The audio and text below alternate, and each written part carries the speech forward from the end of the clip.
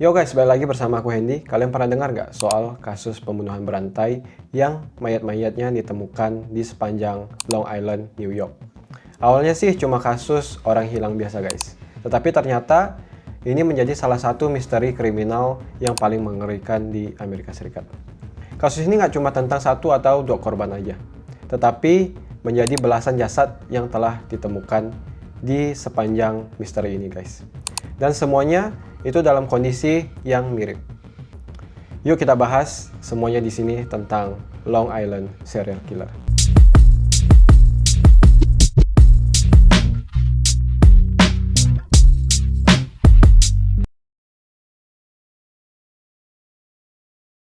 The man accused of being the Gilgo Beach serial killer in court today to face new charges for a seventh victim. Just thinking about it sends a chill up my spine. Right now, a serial killer is stalking his next victim in New York City. While accused serial killer Rex Heuermann sits in jail charged with murdering 7 women. Oke, ceritanya dimulai di tanggal 1 Mei 2010, tepatnya di jam 4.51 pagi. Waktu itu ada seorang wanita bernama Shannon Gilbert. Dia bekerja sebagai escort ataupun pekerja komersial, dan malam itu dia lagi ada janji dengan kliennya di area sekitar Oak Beach, Long Island. Tapi nggak tahu kenapa malam itu dia terkesan sangat panik.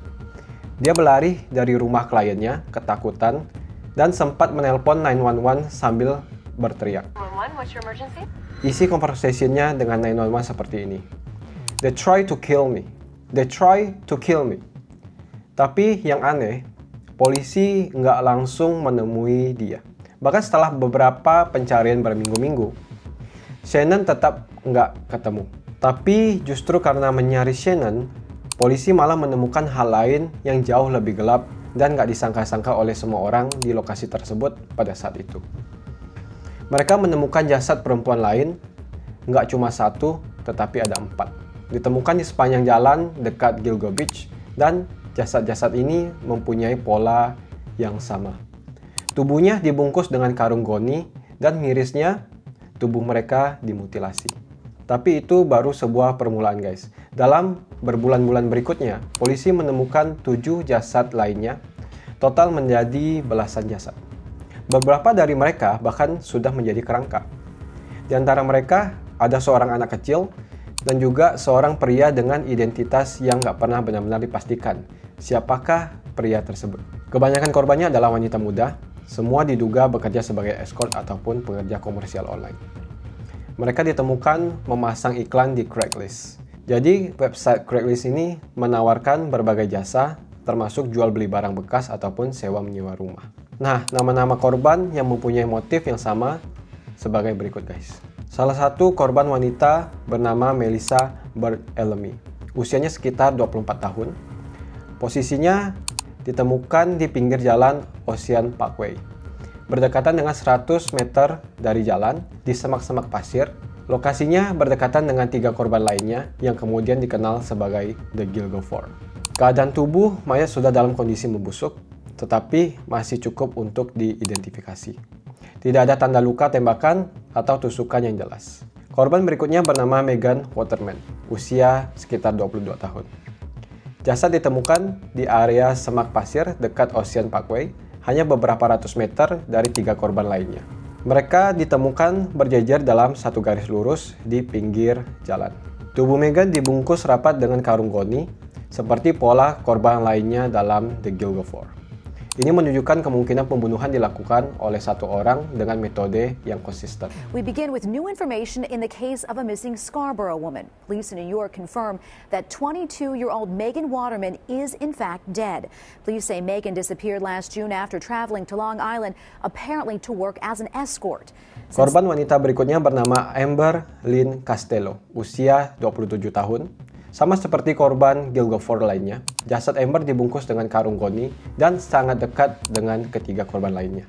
Selanjutnya korban lainnya adalah Maureen Brand Bernes, usia sekitar 25 tahun, hilang pada Juli 2007 dan ditemukan pada Desember 2010. Terakhir terlihat di Manhattan, ia adalah korban pertama secara kronologis dan kondisi tubuh berdekatan dengan ketiga korban serta terbungkus oleh karung goni.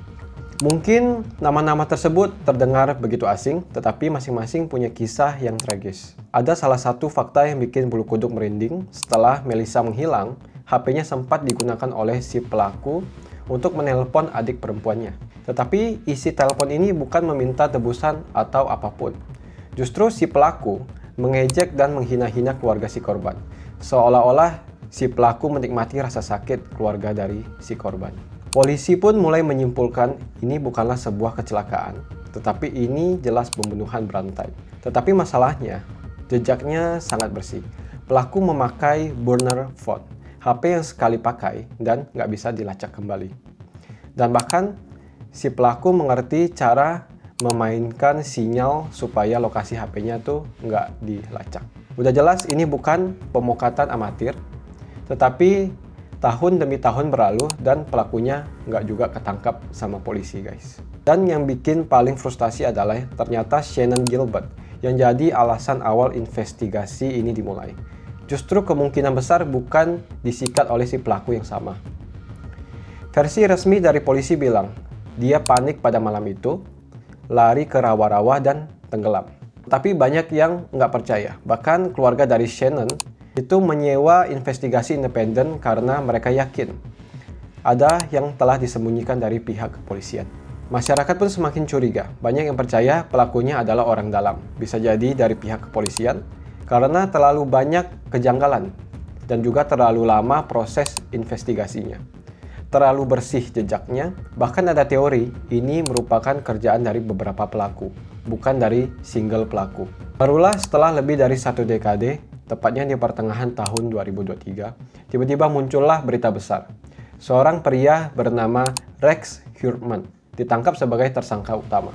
Long Island serial killer Rex Heuermann is being charged with a 7th murder. Prosecutors say Heuermann is responsible for the November 2000 death. Dia bukan siapa-siapa di mata publik, cuma arsitek biasa di daerah Manhattan, punya keluarga, rumah di daerah Massapequa, yang nggak jauh dari lokasi penemuan jasad. Tetapi pas polisi menggeledah rumah dan kantornya, isinya sangat mengerikan, guys. Di dalam rumah Rex ada lusinan senjata dan catatan aneh, dan yang paling mengganggu adalah histori dari pencariannya di internet. Dia sering sekali mencari konten sadis, bahkan spesifik banget seperti how to hide a body, cara menyembunyikan tubuh, atau torture petite woman. This past summer, prosecutors released a chilling document that they say includes sickening instructions Heuermann wrote to himself. Hit harder, use heavy rope, get sleep before hunt, remove marks from torture, all included in what prosecutors are calling a blueprint for murder. Bahkan polisi menemukan DNA yang sangat cocok dengan barang bukti di salah satu dari korban. Dan tahu nggak, guys, tetangganya semua bilang dia itu hanyalah orang biasa. Pendiam, gak pernah bikin masalah, dan ternyata dia adalah monster yang tinggal di sebelah rumah mereka. Dan mereka nggak pernah tahu kalau Rex adalah serial killer yang menggemparkan 10 tahun yang lalu. Pada akhirnya Rex didakwa atas beberapa pembunuhan dari korban yang ditemukan di Gilgo Beach. Tetapi tetap ada satu pertanyaan besar yang belum terjawab. Dari belasan jasad yang telah ditemukan, beberapa nggak bisa dikaitkan langsung bersama dengan Rex. Jadi apakah benar dia satu-satunya pelaku yang ada di Gilgo Beach? Atau masih ada yang berkeliaran bebas di luar sana, guys? Dan kalau kalian berpikir ini semua sudah berakhir, tentu saja tidak, guys. Banyak pengamat yang percaya bahwa ada korban lain yang belum ditemukan. Pantai Oak Beach itu terkenal sangat luas, dan siapa tahu masih ada rahasia gelap yang terkubur di bawah pasir sana dan menunggu untuk ditemukan. Menurut kalian, apakah Rex Heuermann benar-benar pelakunya? Atau dia cuma bagian dari cerita yang lebih besar dan lebih gelap? Tulis pendapat kalian di kolom komentar, karena kadang kebenaran jauh lebih menyeramkan dari cerita fiksi. 3. When Heuermann was arrested in Midtown Manhattan. The architect linked to the crimes partly through DNA he left on a pizza crust, according to prosecutors. That's it, guys, cerita tentang serial killer yang ada di Long Island, Amerika Serikat. Sampai sekarang pelakunya masih dalam proses investigasi dan proses persidangan. Bila kalian menyukai konten-konten seperti ini, jangan lupa untuk subscribe, like, dan share ke teman-teman kalian. And see you in the next story. Bye, guys.